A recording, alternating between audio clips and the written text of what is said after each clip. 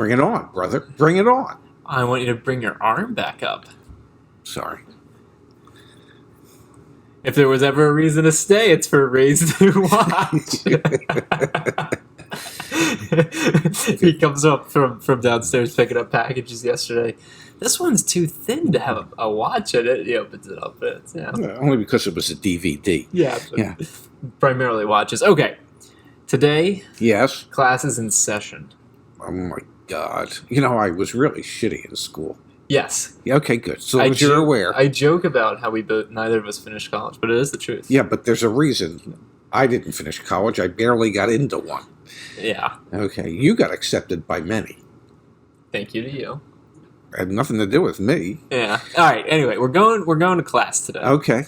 And the purpose of today's video is going to be all about automotive finance. Okay. Ooh, okay.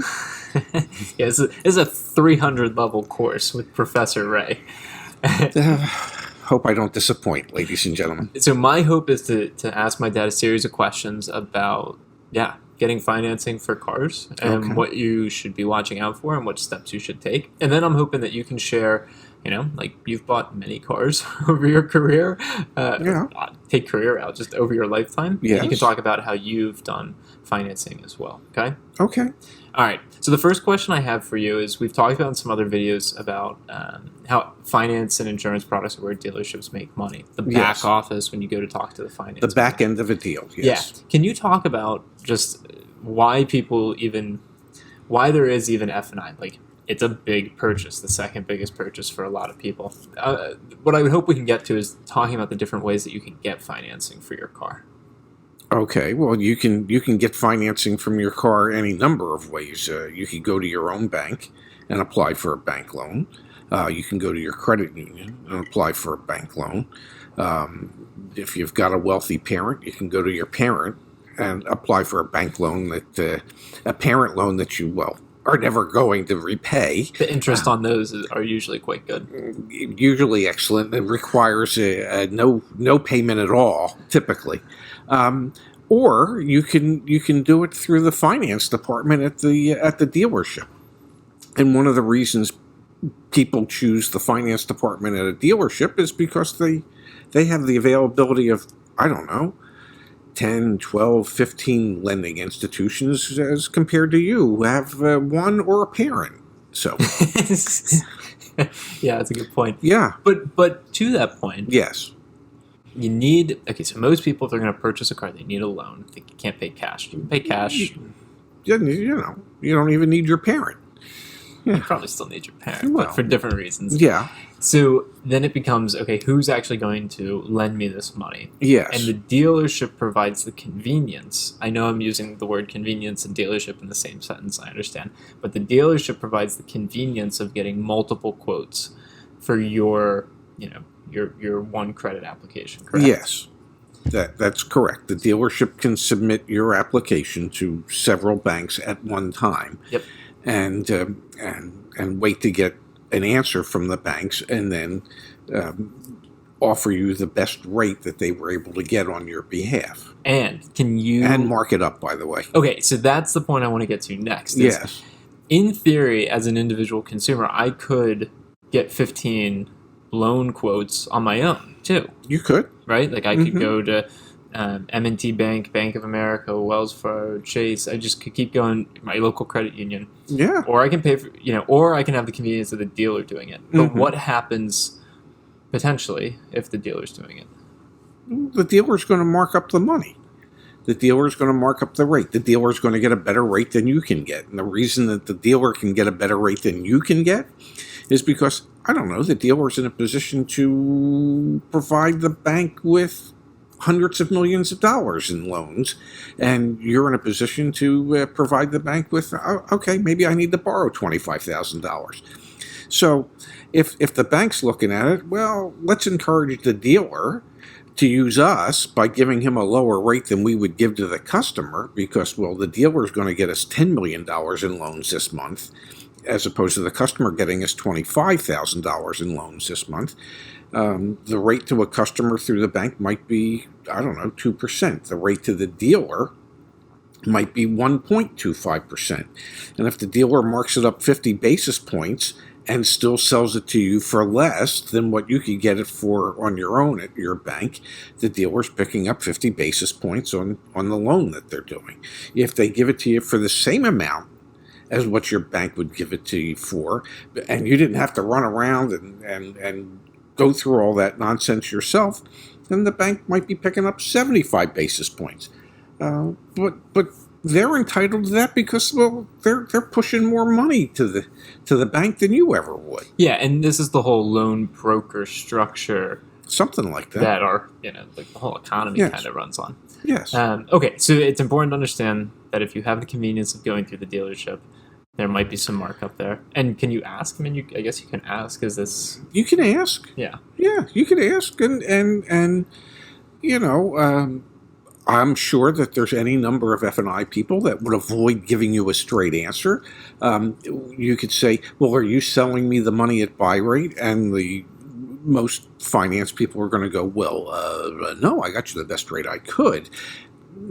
Okay, an honest one might go, my buy rate's 1.5%, and I'm selling it to you for what the bank would sell it to you for, which is 2%. Which is a really good point. So even if there is still markup there, it still could be a more competitive and the best rate you're able to qualify for. It's kind of, and the reason that we're in classes in session today is to not necessarily like disprove any myths, but just to say like, get the lowest rate possible, and that might entail going through the dealer. It might not entail going through the dealer. Well, and if there's specials through their captive lender that a regular bank can't compete with, like, I don't know, 0% for 60 months, well, you're not going to get 0% at your bank.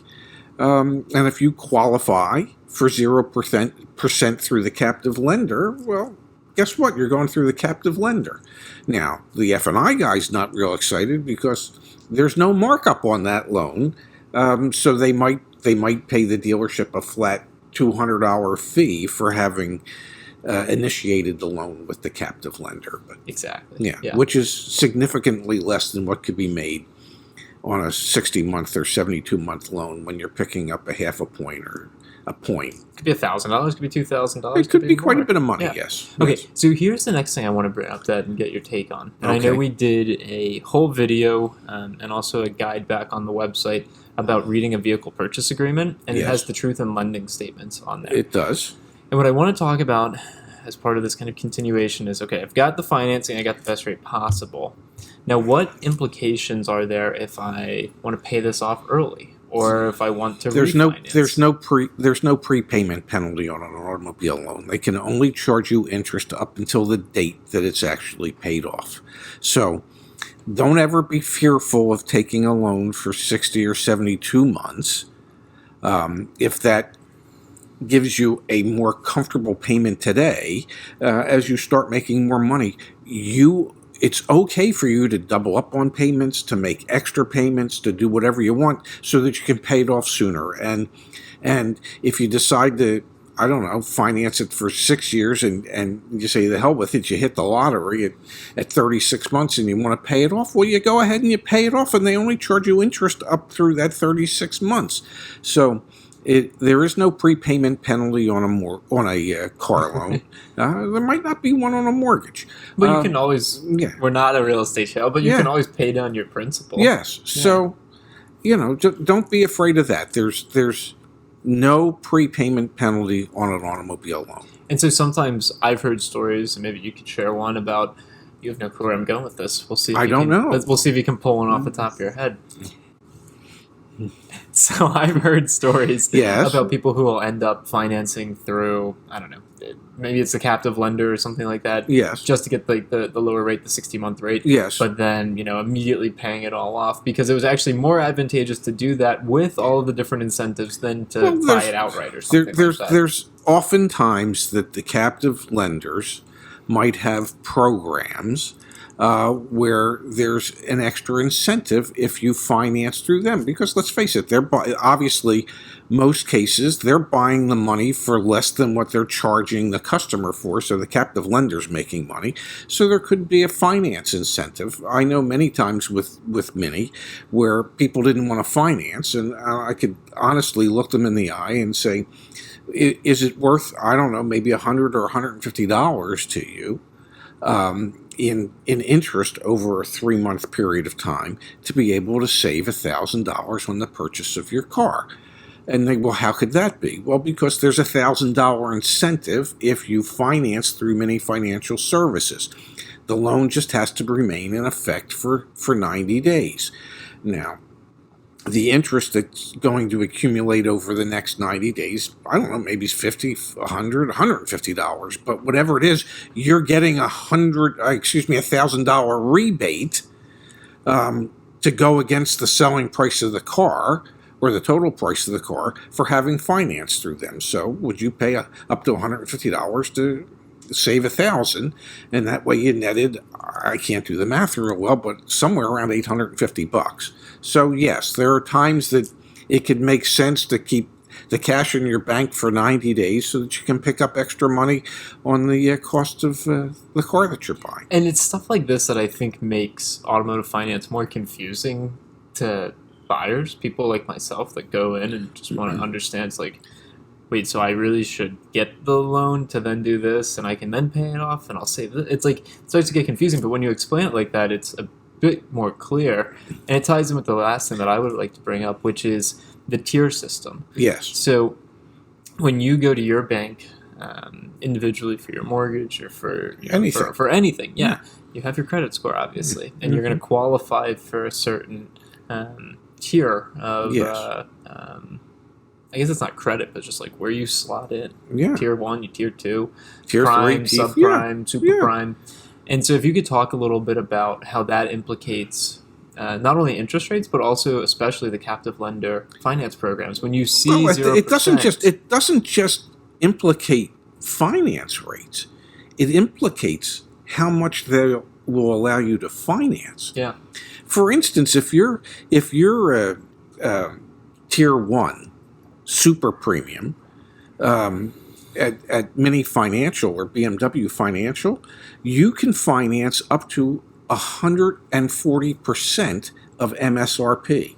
So if a car That's nuts. If a car is $50,000, you can roll your negative equity in and still put nothing down. And because they would allow you what's 40% of 50.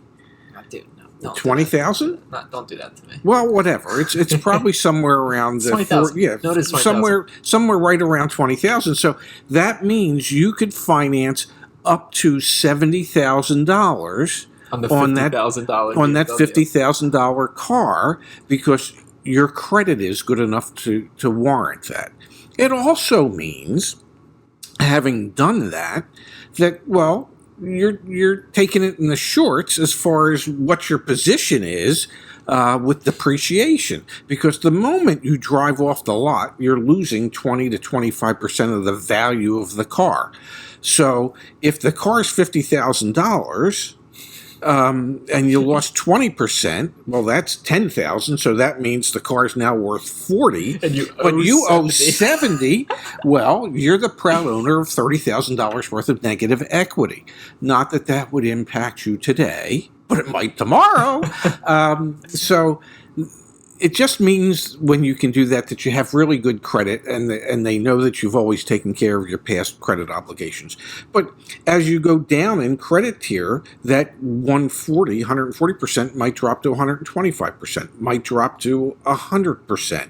If you're somewhere less than a prime suspect for the bank, they might say, will finance no more than 90% of MSRP. Okay, great. That means you got to put money down plus taxes and tags so that you can fall within the guidelines that the bank is willing to finance for you. So credit tiers have many, many implications that most people don't think of. All right. So if you're interested in more kind of class in session with Professor Shefska, oh my God, that's way too formal.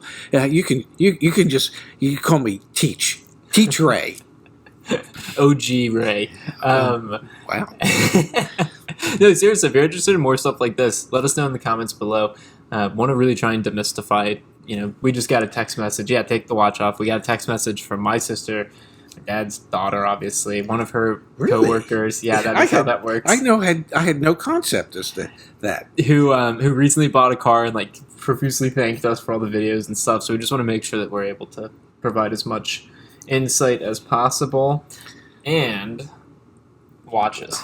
The latest edition of My Take on Time just received this yesterday. Stop focusing on his face. Yeah, don't focus on my face. I'll take my face away. I can't get Oh, well. Anyway, it's a Seiko 5, the older style Seiko 5, the 37 millimeter Seiko 5. It's not too huge. Yeah, it's a little smaller. They make a newer one that's 42 millimeters now.